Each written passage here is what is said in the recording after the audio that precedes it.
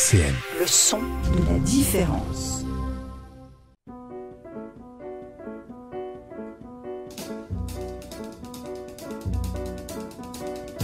Dialectique sur RCN, Lionel Courchinou. Bonjour tout le monde et bienvenue dans ce nouvel épisode de Dialectique. C'est bientôt la fin de saison et on s'est dit dans Dialectique qu'il serait important d'aborder le thème des seniors, de leur bien-être, de leur confort, de leur déménagement, pourquoi pas, et bien d'autres choses, que ce soit ici à Nancy ou même un peu partout dans la Lorraine. Et pour ce faire aujourd'hui, j'ai le plaisir de recevoir sur ce plateau Radia Djebir, qui est directrice de l'ONPA. Bonjour. Bonjour. Françoise Pierron-Matevé, qui est présidente de l'ONPA. Bonjour. Bonjour. Et par téléphone, Xavier Delahaye, qui est CEO de MyJugad. Bonjour Xavier. Bonjour. Très bien, alors c'est un plaisir de vous avoir tous les trois aujourd'hui. Je vais commencer par vous, Xavier, puisque vous n'êtes pas avec nous sur ce plateau. Qu'est-ce que MyJugad ? Alors, MyJugad, c'est quoi ? C'est un dispositif d'accompagnement pour tout ce qui est lié au déménagement et au débarras dans le cadre de l'accompagnement des publics en situation soit d'âge avancé, soit tout simplement pour les personnes en situation de handicap ou toute personne qui aurait besoin d'aide à un moment donné clé. Et on travaille pour des organismes comme la CARSAT, les caisses de retraite en France. Et ça fait combien de temps que cette activité a été lancée ? Le projet a été lancé en 2018, il s'est développé en 2019 et depuis on développe sur tout le territoire français avec les CARSAT, avec les caisses de retraite complémentaires, les assureurs, les mutuelles, un dispositif d'accompagnement lié au déménagement. Donc on intervient avant le déménagement, après le déménagement et on peut trouver aussi des solutions de déménagement soit professionnels, soit collaboratifs pendant la phase de déménagement.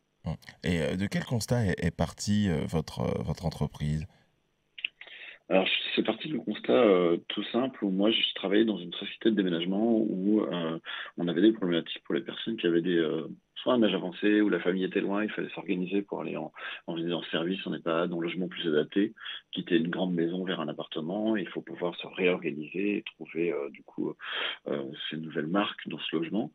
Et souvent, en déménagement, on nous demandait si on pouvait intervenir et malheureusement, sur toutes les tâches hors déménagement, c'est-à-dire transporter d'un point A à un point B, faire l'emballage de certaines choses, les déménageurs ne font pas tout ça. Donc la difficulté, c'était de pouvoir mettre ça en place et souvent, c'était non en tant que déménageur. Donc je me suis dit, il y a quelque chose à faire et comment je peux accompagner les gens. Et on m'accompagne à des travailleurs sociaux pour la ville de Vannes. Il faut savoir que je suis basé en Bretagne, mais on intervient sur tout le territoire français. Et ma compagne qui était travailleur social pour la ville de Vannes aussi avait la problématique là pour des personnes âgées ou des personnes en situation de handicap ou tout simplement qui avaient une difficulté à un moment donné pour s'organiser à gérer un déménagement parce que un déménagement c'est un changement de lieu de vie et c'est pas simple. Et ce changement-là, donc vous accompagnez les personnes âgées à le faire. Vous avez dit que vous êtes présent en Bretagne. Est-ce que vous êtes présent un peu aussi ailleurs en France ? Ah oui, on est sur tout le territoire français. Que ce soit sur Nancy, que ce soit en Bretagne, que ce soit en Normandie, que ce soit sur Marseille ou autre, on a en fait tout un réseau qui intervient sur tout le territoire. On a plus de 350 accompagnateurs qui vont au domicile des gens en fonction du besoin de la personne. Alors là, on va parler un peu de Nancy. On va présenter un peu l'ONPA pour les auditeurs qui ne connaissent pas. Alors j'espère que les auditeurs connaissent, mais on va quand même expliquer le sigle Office nancéen des personnes âgées. Donc une association qui a été créée il y a plus de 50 ans et qui a été créée par des hommes politiques et des médecins gériatres également, et qui continue à fonctionner pour proposer, c'était une anticipation au départ, une anticipation du vieillissement de la population, une belle anticipation puisqu'on peut dire que c'est ce qui se réalise actuellement, et aussi c'était un désir de proposer dans le style de ce qui peut être fait pour les MJC, elles sont nombreuses à Nancy, c'était de proposer des activités à la fois physiques, culturelles, cognitives, pour un bien vieillir actif. La deuxième richesse de l'ONPA, c'est également un groupe important de bénévoles, membres de l'association, qui sont formés pour aller à la rencontre des seniors isolés qui en font la demande ou dont la famille fait la demande. Je précise bien les seniors nancéens. Mais notre public ne s'adresse pas que aux Nancéens. Nous avons des membres de l'association qui sont sur la métropole et même au-delà. Voilà. Radia, je vous laisse peut-être compléter ces propos. On sait qu'en France, aujourd'hui, les personnes âgées d'au moins 65 ans représentent 20,5% de la population française. Est-ce qu'il y a une vraie demande ? Oui, je pense qu'il y a une vraie demande parce que là, on a une démographie galopante, il y a un vieillissement accéléré. Les gens vivent très longtemps et l'idée, la philosophie de l'association, c'est surtout de faire en sorte que les personnes soient en bonne santé le plus longtemps possible. Parce qu'effectivement, quand on perd l'autonomie, qu'on est moins intégré dans la société, c'est un petit peu compliqué de finir ces dernières années. Donc l'idée, c'est vraiment d'accompagner la citoyenneté jusqu'au bout, pour reprendre le terme d'un certain collègue administrateur d'une structure gérontologique. L'idée, c'est vraiment que la personne soit citoyenne jusqu'au bout de la vie. Voilà. Donc, on a effectivement toute cette démarche qui propose un petit peu de l'animation en tant que médium, mais l'idée, c'est pas de... Si ce n'est, c'est bien évidemment déjà un premier lieu d'avoir du plaisir à faire effectivement de la stimulation physique, cognitive, d'être dans du relationnel aussi. Mais l'idée, c'est aussi de permettre à chacun d'avoir quelque chose qui soit adapté à son niveau, à sa physiologie. Donc là, c'est vrai qu'au niveau de l'ONPA, depuis quelques années déjà, on a transformé le bâti pour qu'il soit davantage inclusif. Et on continue d'ailleurs, pour vous dire, on a un jardin pédagogique depuis le mois de mars, donc avec une cour qui est adaptée et qui permet à des personnes effectivement en fauteuil de pouvoir faire une petite activité florale ou autre. Donc voilà, l'idée, c'est vraiment de permettre à chacun de pouvoir trouver un espace, donc au sein de l'établissement, mais aussi au domicile. Ça, c'est effectivement le deuxième pan de l'association qui est méconnu. Mais voilà, on intervient à domicile au moyen de bénévoles sur effectivement ce qu'on appelle de la visite de convivialité, sur du soutien téléphonique, sur de la livraison de culture à domicile. Ça, c'est tout nouveau et je remercie effectivement le partenariat qu'on a avec les médiathèques de Nancy. On souhaite encore innover, expérimenter de nouvelles choses, mais j'en dirai pas plus tant qu'on n'a pas abouti sur le projet. On va développer un peu ces questions-là de bien-être. Vous parliez de domicile, on va revenir sur cette question de changement de domicile avec Xavier. Alors, lorsqu'on change de domicile, il y a aussi question de nettoyage. Et parfois, ces personnes âgées ne sont pas en mesure de nettoyer l'appartement en le quittant. Est-ce que MyJogat propose ce service aussi ? Oui, ça, c'est ce qu'on fait avec ce qu'on appelle les assisteurs, dans le cadre des contrats qu'on a avec les assurances illimitées, et aussi les CARSAT. Il faut savoir, par exemple, on a un partenariat avec la CARSAT Nord-Est, qui à l'heure actuelle est disponible encore, où on a la possibilité d'accompagner des personnes qui ont un projet de déménagement de débarras, et qui intervient donc sur tout le territoire de la CARSAT Nord-Est, avec le financement et une prise en charge de 2 demi-journées d'accompagnement, où là on peut intervenir pour le déménagement comme pour le vide-logement ou le ménage.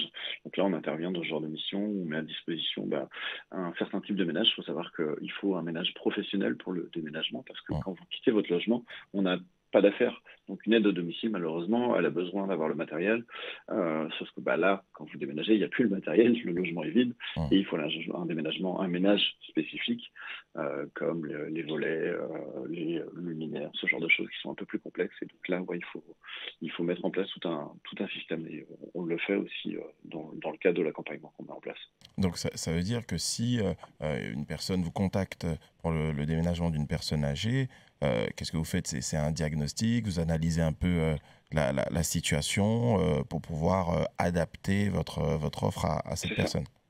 Le but, c'est toujours de faire avec la personne et pas faire pour la personne. Dans le cadre de la mission, ça va être d'identifier avec ce qu'on appelle des coordinateurs qui vont au domicile ou qui sont au téléphone, qui vont identifier le besoin de la personne, parce que la personne peut être tout à fait capable de gérer la partie administrative ou de faire le tri de ses affaires, et nous, on va intervenir avec un accompagnateur qui va venir au domicile pour faire la mise en carton, le tri, le ménage, aider au réemménagement. Donc en fait, c'est vraiment du sur-mesure en fonction du besoin de la personne. Nous, notre objectif, c'est d'accompagner la personne dans sa problématique et surtout la soutenir moralement et organisationnellement à ce niveau-là.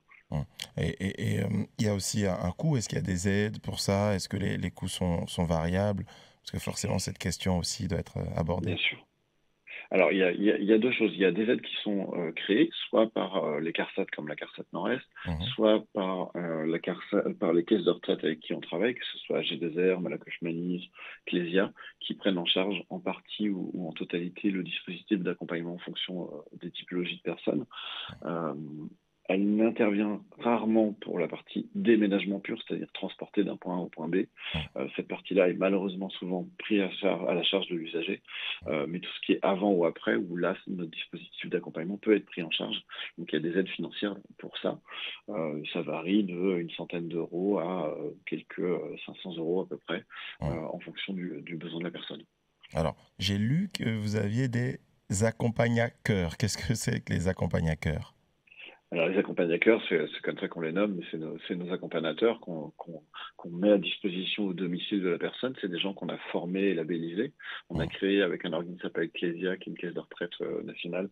On a créé en 2020, du coup, un dispositif donc, de labellisation qui a été créé par Andéo, qui est un organisme qui est l'équivalent de l'AFNOR ou de l'AFPAV, qui nous a permis en fait de structurer notre réseau d'accompagnateurs qui vont être formés, labellisés et qui après vont au domicile. Parce que forcément, quand on s'accompagne des personnes dites en situation de fragilité ou des personnes tout simplement un peu plus âgées, il faut un minimum de garantie et de sécurité et savoir discuter et prendre son temps.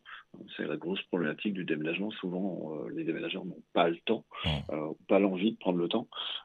Et du coup, il faut pouvoir former ces personnes-là, en tout cas nos accompagnateurs qui viennent au domicile sont formés pour ça et prendre son temps, discuter, échanger, mettre en place ce dispositif et accompagner la personne. Donc il y a un réel accompagnement avec cette prise de temps. On sait que lors des déménagements, le temps est une véritable problématique, hein, pas seulement pour les personnes âgées, mais parfois on se dit, bon, ben, on a 2 jours pour déménager ou on a 24 heures pour déménager. Il y a un peu de stress. Est-ce qu'il y a d'autres problématiques de ce type que vous devez anticiper et est-ce qu'il y a de nouvelles problématiques aujourd'hui qui s'ajoutent?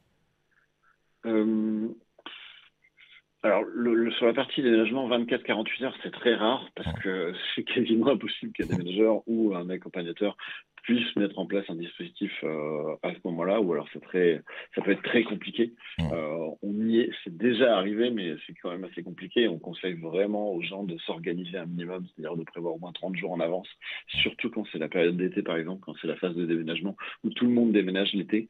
Là, c'est très compliqué. Si vous cherchez un déménageur maintenant, pour les 48 heures qui viennent, je pense que ça va être très compliqué de trouver un déménageur sur le secteur.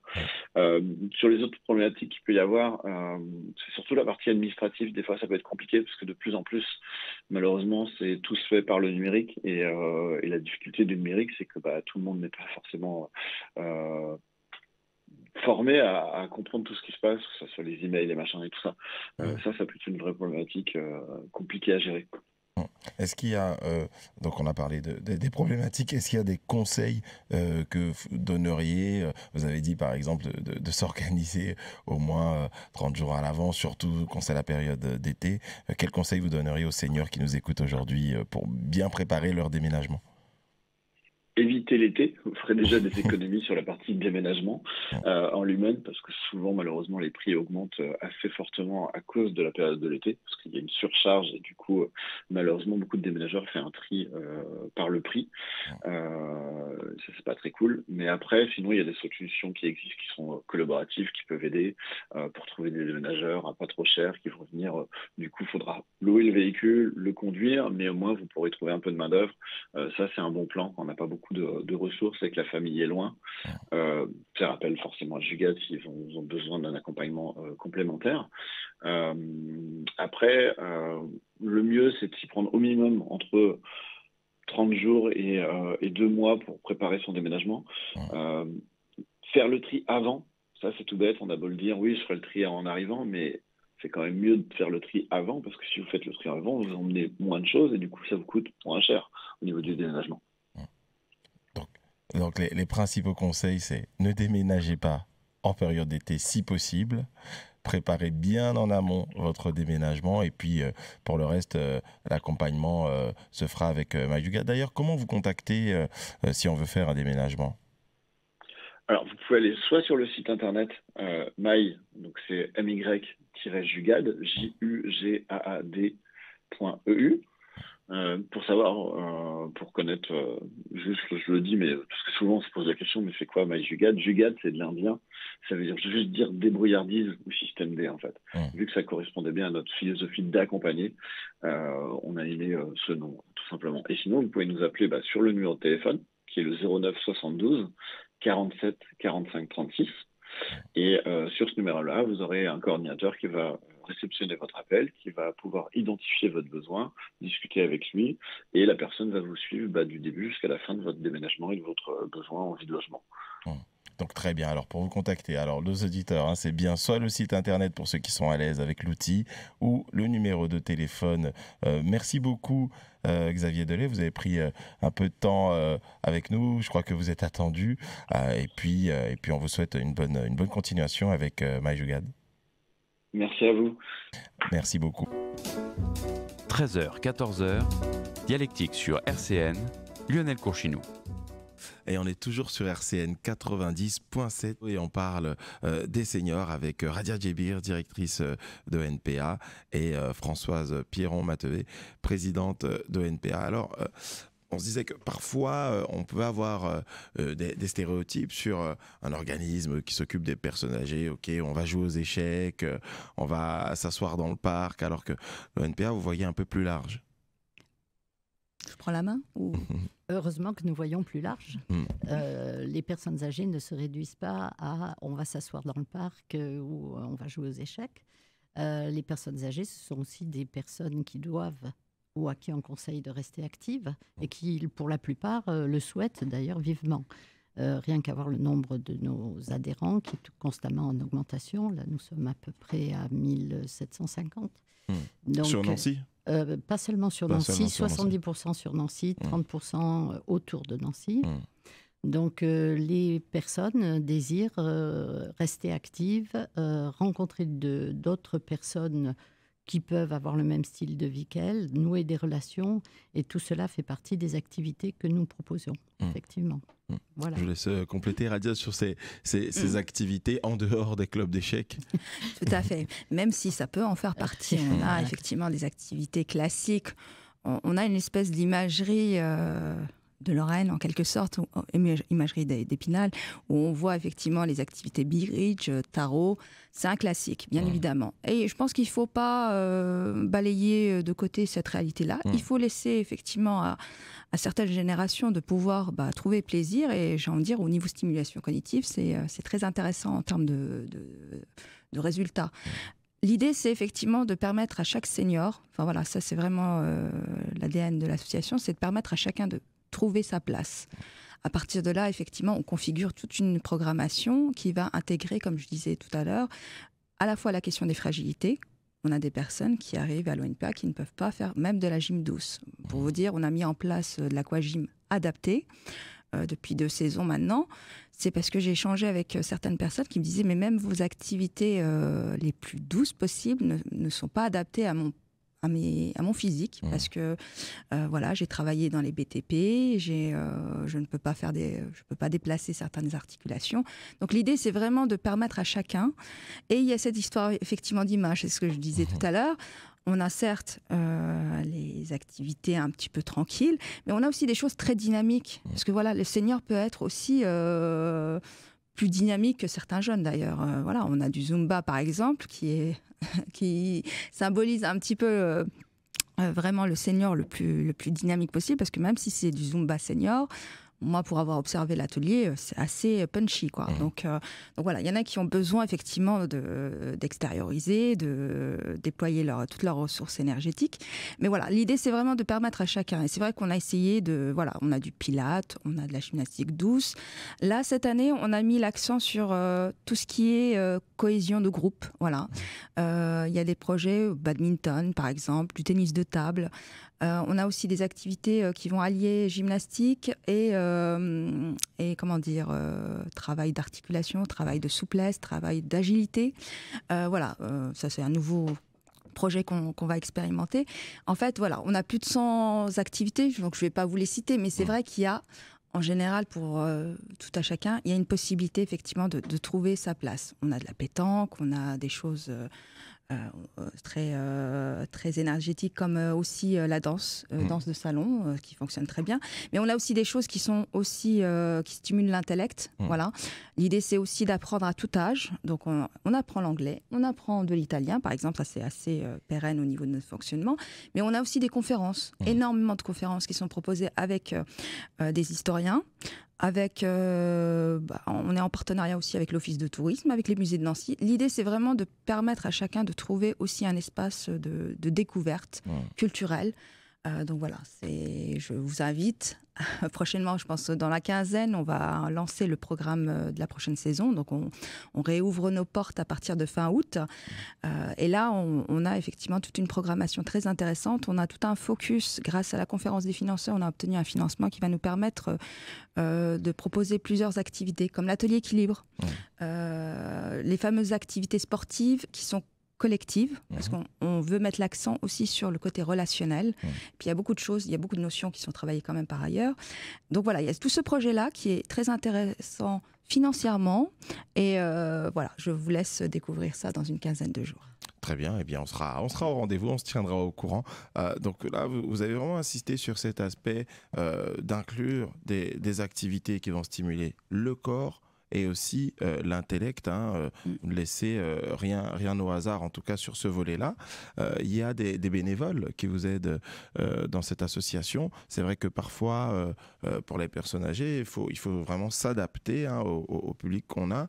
Est-ce que ces bénévoles sont formés? Quel est leur profil? Absolument.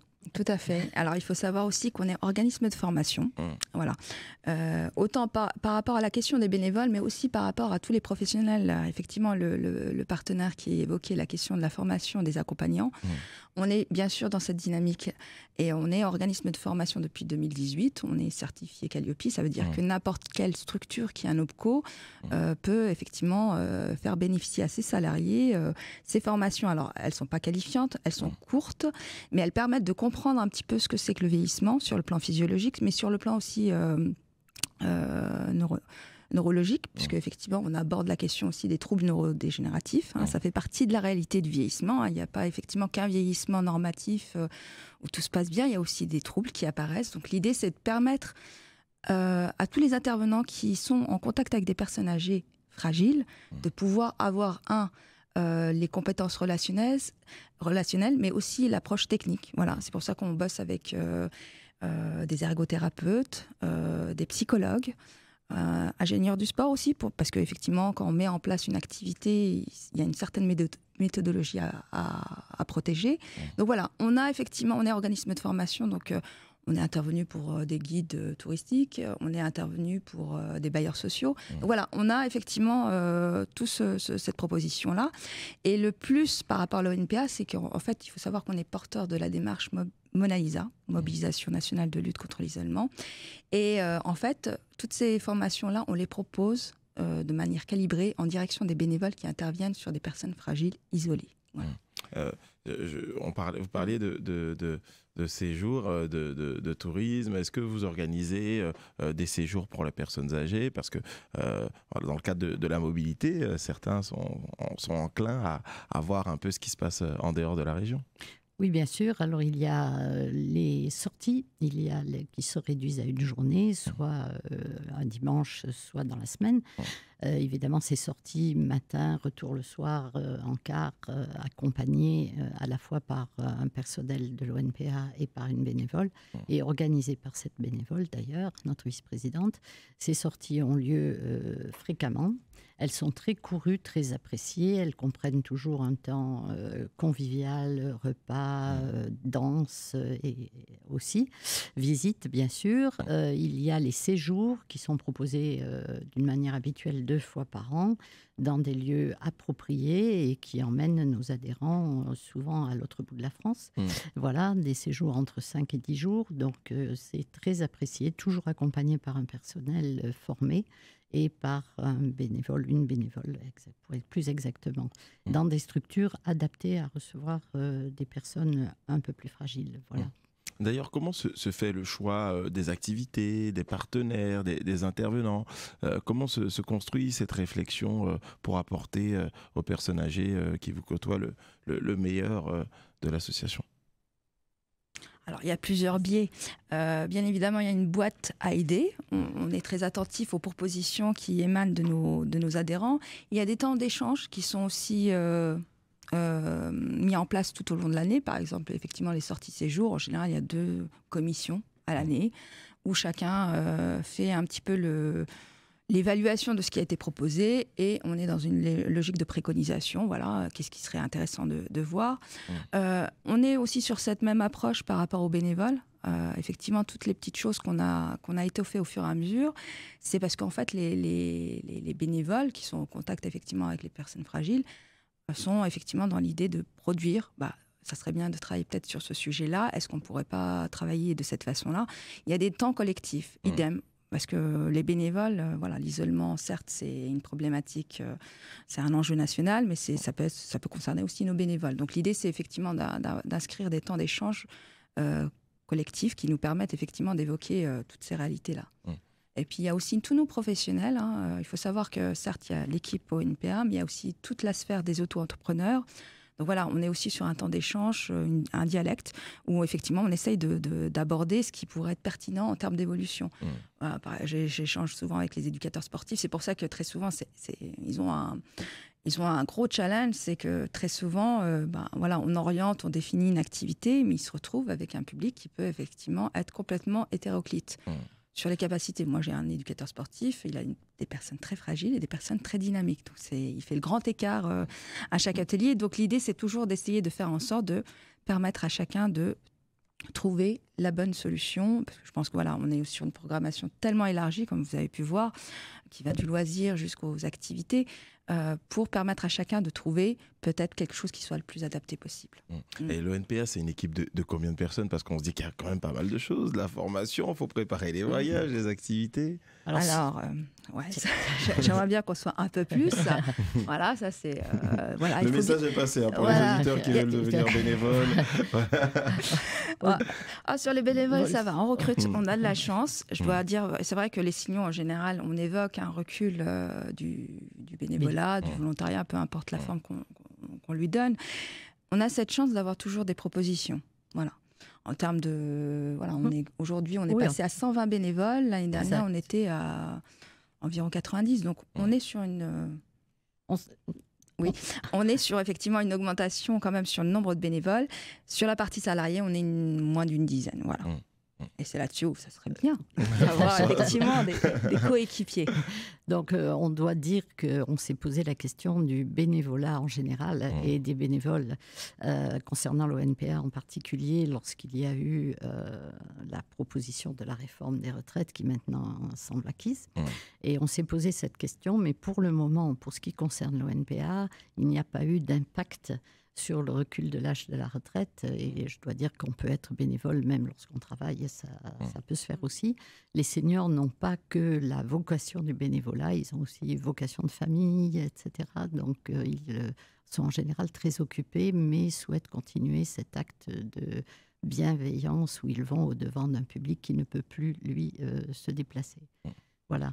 Pour ce qui concerne le personnel, je dois préciser quand même, et je pense qu'on me le reprocherait si je ne le fais pas, que la ville de Nancy met à disposition de l'ONPA 4 salariés, dont une salariée du CCAS. Donc là, vous avez une équipe de 10 salariés. Et est-ce que l'ONPA recrute en ce moment? Non, pour l'instant, non. Pour l'instant, non, mais ce serait bien de pouvoir avoir étoffé un peu plus. Voilà. D'avoir les moyens de... D'avoir les moyens d'eux. D'avoir les moyens d'eux. Il y a une question qui revient assez souvent lorsqu'on parle des personnes âgées, c'est celle de l'isolement. Et on a bien compris, votre but, c'est aussi de sortir ces personnes de l'isolement. Est-ce que vous avez des retours par rapport à ça, personnes qui viennent vous voir ou des témoignages par rapport à leur isolement avant de venir vous solliciter? Des témoignages, oui, nous en avons, ça c'est évident, à la fois de la part des bénévoles qui vont au-devant d'eux, mais aussi des gens que nous rencontrons dans la ville, puisque moi je le fais souvent. Il y a le plan banc à Nancy, vous en avez peut-être entendu parler, et les bancs sont très souvent occupés, qui se multiplient dans la ville de Nancy, sont très souvent occupés par des personnes seniors, avec une ou deux courses, etc., une amie, etc. Et si on va au-devant d'elles et si on leur demande, eh bien, il y a eu une démarche, et surtout après le Covid, il y a eu une véritable démarche pour sortir de chez soi et affronter le monde, je dirais, hein, ça a été vrai, hein, et le faire quand on n'est pas seul, c'est quand même mieux. Il y avait une vraie crainte à ce niveau-là, parce qu'on sait qu'avant le Covid, selon une étude des Petits Frères des Pauvres, on avait 300 000 personnes de plus de 60 ans qui étaient en situation de mort sociale. Et la question, est-ce que le Covid a aggravé ces chiffres, ou est-ce qu'il y a des dispositions, des dispositifs qui ont été mis en place pour atténuer cette réalité qui est assez violente quand même, hein. Alors, effectivement, les Petits Frères des Pauvres sont nos partenaires d'ailleurs dans la démarche. On est dans une coopération 54. Hein. Donc là, effectivement, on dépasse un petit peu nos frontières nancéennes pour avoir un écho sur tout le département. On est à plus de 25 équipes citoyennes qui sont effectivement qui sont plus ou moins actives sur le territoire. Malheureusement, il y a des territoires qui ne sont pas pourvus. Donc ça, c'est quand même une grosse problématique. Je dois évoquer quand même une réalité aussi par rapport à cette question de l'isolement. C'est bien effectivement qu'il y a eu cette réponse Mona Lisa, je rappelle pour l'histoire, pour expliquer pourquoi on en est venu à ce résultat-là. Ce dispositif Mona Lisa, il a été instauré par qui ? En fait, c'est collectif. Il faut remonter à 2003, c'est l'amorce en fait. 2003, je rappelle, c'est la canicule. Et il y a eu beaucoup de décès de personnes âgées dont on ne savait même pas les liens... pour pouvoir malheureusement même procéder à l'enterrement. Qui prévenir, etc. Voilà, ça a été effectivement l'illustration parfaite de ce que ça produit. L'isolement, c'est effectivement une mort physiologique. Alors, je vais juste définir la mort sociale. C'est quand une personne ne rencontre jamais ou très rarement d'autres personnes, tout réseau confondu, que ce soit la famille, les amis, le voisinage, les associations. C'est vraiment l'isolement à l'état pur. Hein. Tout à fait, c'est ça. Et en 2003, il y a eu effectivement cet événement historique et qui a été une catastrophe humaine. Et en fait, il y a eu beaucoup de mouvements, Petits Frères des Pauvres, la Croix-Rouge, enfin voilà. Il y a eu toute une espèce d'amorce nationale qui a été lancée. Et en fait, en 2015, la loi d'accompagnement de la société au vieillissement, il y a effectivement la mise en place de l'association Mona Lisa. Et l'idée... qui est assez intéressante, parce que l'idée, c'est effectivement d'avoir une réponse collégiale, qui ne soit pas qu'institutionnelle, mais qui soit citoyenne. Il y a une première place qui est donnée aux citoyens, mais je dois dire quand même, concrètement, ça démontre aussi un recul institutionnel. Voilà. Quand effectivement on compte sur les bénévoles, c'est parce qu'il n'y a plus de réponses satisfaisantes de la part des collectivités sur ces réponses-là. Par rapport au Covid, bien sûr, ça nous a perturbés, parce que nous-mêmes, nous étions... Il faut savoir que l'ONP a 5 équipes citoyennes au jour d'aujourd'hui. Ça a été très problématique, le Covid, parce qu'effectivement, il y avait la distanciation sociale, rappelez-vous. Donc la distanciation sociale... Ça a renforcé l'isolement. Ça a renforcé l'isolement, parce qu'effectivement, on s'est retrouvé avec des bénévoles qui, effectivement, masque, pas masque, distanciation sociale, des bénéficiaires qui ne comprenaient pas. Enfin voilà, ça a été très complexe. Donc nous, effectivement, on devait protéger chacune des deux parts. Mais je pense que ça a créé davantage d'isolement. Qui dit isolement, dit recul, effectivement, sur l'accès aux droits. Il y a d'autres problématiques. C'est pas que... on peut se dire, isolement, c'est... Voilà... Il y a d'autres façons d'y répondre, mais non, en fait, malheureusement, c'est un corollaire de nombreuses problématiques. Et moi, j'ai envie de dire, ça a à la limite renforcé notre envie davantage de travailler sur ce sujet-là. Et puis, il y a d'autres initiatives qui sont mises en place, mais c'est vrai que ça reste au jour d'aujourd'hui une des plus grandes problématiques. Alors, on parle effectivement des personnes âgées, mais l'isolement est une problématique nationale, mais voilà. Toute génération confondue. Donc il y a vraiment une nécessité de recréer de la pédagogie par rapport à ce qu'on appelle le fameux vivre ensemble. Je pense que la société a énormément changé, donc je suis moi-même senior, Et la société a changé à une époque où vivre dans son quartier ou dans son village, c'était connaître tout le monde, avoir sa famille à portée de main, etc. Quelquefois partager la même maison, la même propriété. J'ai connu ça dans ma famille. Maintenant, il y a la dispersion qui s'est faite pour des tas de raisons professionnelles, de choix personnels, etc. Les familles se dispersent. Évolution aussi des paradigmes sociaux. Voilà, les femmes qui sont plus souvent au travail plutôt que dans ce qu'on appelle maintenant le care, mais prendre soin d'eux, la grand-mère qui habite pas loin, etc. Donc, il y a eu tout ça qui est arrivé au moment où, justement, le vieillissement de la population venait galopant, etc. Donc, moi, j'ai vraiment vu ça personnellement dans ma famille et c'est une problématique. Et l'ONPA est là, et le système Mona Lisa aussi, la démarche Mona Lisa est là pour se substituer avec les précautions que j'utilise, que je mets à dessein dans ce mot-là, se substituer à l'isolement qui est une conclusion, enfin j'espère non, pas une conclusion, mais en tout cas qui est ce qui arrive lorsque la société change. Et je dois évoquer aussi... vous posiez la question de savoir effectivement ce que vous aviez comme retour. Bien sûr, on a des retours extrêmement positifs de la part des bénéficiaires, de la part de certains bénévoles, mais avec effectivement des fois un bémol sur la question de l'usure, parce qu'on a aussi des bénévoles qui sont effectivement des fois dans l'empathie complète et qui peuvent un petit peu s'oublier. Ça, c'est une problématique qu'on peut observer chez les bénévoles. Il y a aussi ce que je relevais sur la question de l'accès aux droits. On a effectivement des bénéficiaires qui souhaiteraient un accompagnement global. Ça, c'est vraiment une des grosses problématiques pour moi que j'observe sur la question gérontologique, c'est effectivement d'avoir la question de l'accompagnement sur le plan administratif, sur le plan social, sur le plan de la question de l'habitat. Là, effectivement, on parlait du déménagement avec Xavier Delay et Maï Jogad. Tout ça concourt sur, effectivement, on se retrouve très souvent avec un dénuement complet. Donc, les personnes, si elles sont isolées socialement, mais si elles ont en plus une problématique physiologique, vous imaginez un petit peu la problématique et on essaye d'orienter et de trouver effectivement les réponses par rapport à nos bénéficiaires. Mais très souvent, il y a une tentation à demander à ce que le bénévole fasse ce travail d'accompagnement, de phone-in avec les services d'aide à domicile. Donc voilà, ça c'est vraiment un gros enjeu que je peux témoigner sur la question gérontologique. Jusqu'à 14h, Dialectique sur RCN.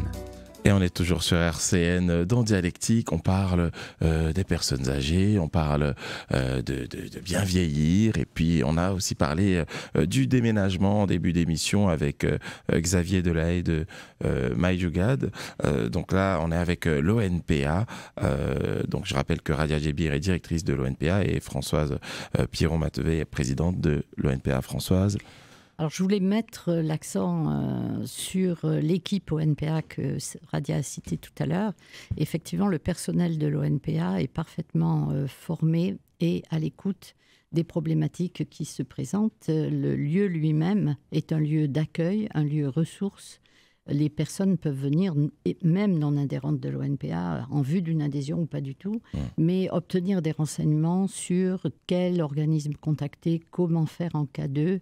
J'ai vu des appels, je viens moi-même de SOS Amitié dans un temps plus ancien, j'ai vu moi-même du personnel qui faisait des écoutes téléphoniques vraiment extrêmement bien faites, dans l'empathie, sans trop, et qui donnait les conseils qu'il fallait donner.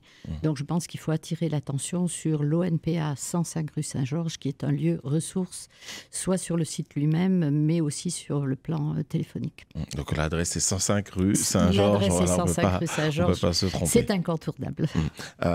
Aujourd'hui, c'est quoi bien vieillir ? Parce que on a parlé de l'isolement, vous avez parlé de l'accompagnement, même par téléphone en étant pas trop intrusif. Comment on accompagne les personnes à bien vieillir aujourd'hui ? Je pense qu'il y a une autre réponse aussi qui est dans l'anticipation. C'est, par exemple, on est sur des travaux de recherche partagés. Ça, c'est aussi quelque chose qui n'est pas connu au niveau de l'ONPA. Là, en ce moment, on travaille avec le laboratoire d'EVA de l'Université de Lorraine. Il y a l'OHS Lorraine également qui est de la partie. On travaille aussi avec une start-up nancéenne d'ailleurs, sur la question de l'usage, par exemple, de la réalité virtuelle comme objet à la fois de détection et de prévention sur les chutes. Alors, je rappelle, les chutes sont effectivement un facteur d'aggravation et de perte d'autonomie chez les personnes âgées. En général, malheureusement, à partir d'une chute, il y a une régression qui est plurielle sur tout le corps. Donc l'idée, c'est effectivement d'anticiper cette chose.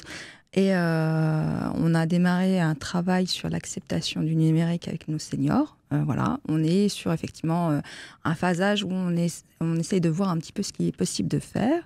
Et l'idée, c'est d'aboutir au bout de 3 ans. C'est un projet de recherche-action pendant 3 ans qui va permettre, de définir sur quelque chose qui va être concret, donc un vrai objet qui sera intégré dans le quotidien. Et l'idée, c'est même de lui donner une perspective sur la question de la rééducation. Voilà, il y a une grosse problématique que je vais remettre sur la table, c'est la question effectivement des déserts médicaux. Et j'ai envie de dire, même sur Nancy, on est concerné aussi, on l'observe. Je pense que tout à chacun, quand on prend rendez-vous, c'est très compliqué d'avoir un rendez-vous rapide qui permette effectivement d'enclencher un parcours de soins. Et voilà, l'idée, par exemple, sur cet objet-là, c'est d'avoir cette approche rééducative. Faire en sorte que les kinés, les éducateurs sportifs puissent, à partir de on parle de casque virtuel, mais peut-être que ce sera autre chose. L'idée, c'est quand même d'expérimenter la chose sur 3 ans. Mais voilà, ça va permettre en tout cas de réfléchir sur la question de la perte d'autonomie. On rejoint un petit peu le sujet de départ, c'est vraiment la grosse problématique, moi, que j'observe en tant que professionnel par rapport aux personnes âgées, c'est la perte d'autonomie, parce qu'effectivement, qui dit perte d'autonomie, dit moins de mobilité, moins de déplacement à l'extérieur, moins d'accès aux droits, moins de culture, Voilà, l'idée, c'est de travailler effectivement sur ces différents axes, et la question de l'autonomie est particulièrement prenante.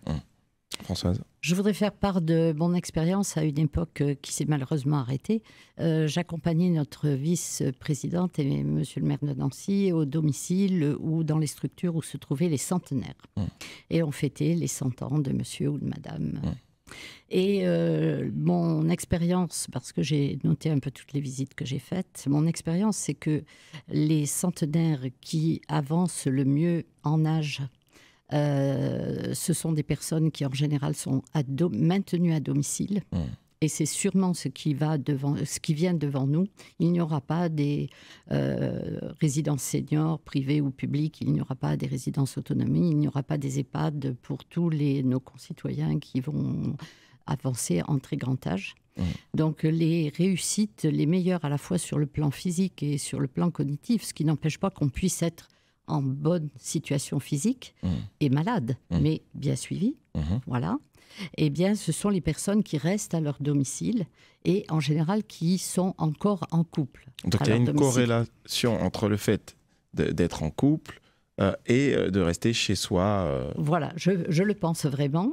Après, il y a les personnes seules, malheureusement, qui restent chez elles, mais qui sont accompagnées par des équipes de bénévoles, d'aide à domicile, certes professionnelles, etc., et de soins à domicile, mais aussi des équipes de bénévoles. Et là, j'en ai rencontré que je vois dans le cadre de l'ONPA aussi, dans les séances de travail, donc qui sont présentes, qui viennent dire un petit coucou, qui passent un bon moment, qui apportent quelque chose, qui vont faire une course, mais voilà, c'est pas de l'aide à la personne, comme certains organismes peuvent le proposer, mais c'est du bénévolat.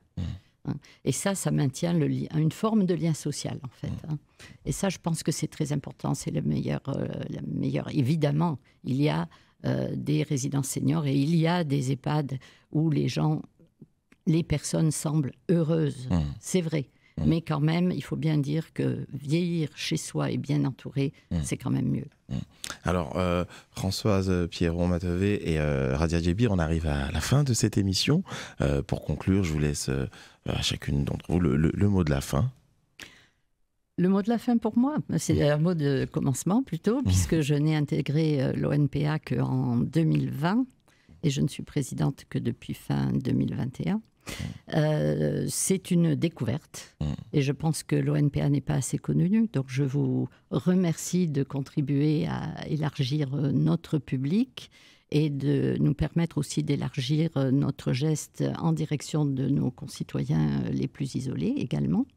Et je donne la parole à ma directrice qui va, comme d'habitude, faire binôme avec moi et compléter. Alors moi je dirais, oui, venez directement à l'association, ce sera le plus simple. Je pense qu'il y a toute possibilité de construire un projet en commun, qu'il soit effectivement de l'ordre du bénévolat ou de l'activité. Je pense que l'idée c'est de laisser la possibilité à tout à chacun de trouver sa place, tout simplement. Voilà, je pense que ça c'est le maître mot de l'association. Considérer chaque personne. On est entièrement d'accord. Très bien, merci beaucoup Radia Djebir. Je rappelle que vous êtes directrice de l'ONPA, donc l'Office nancéen pour les personnes âgées, j'ai bien appris ma leçon, et Françoise Djebir, Françoise Piron-Matevé, présidente de l'ONPA. RCN, www.rcn-radio.org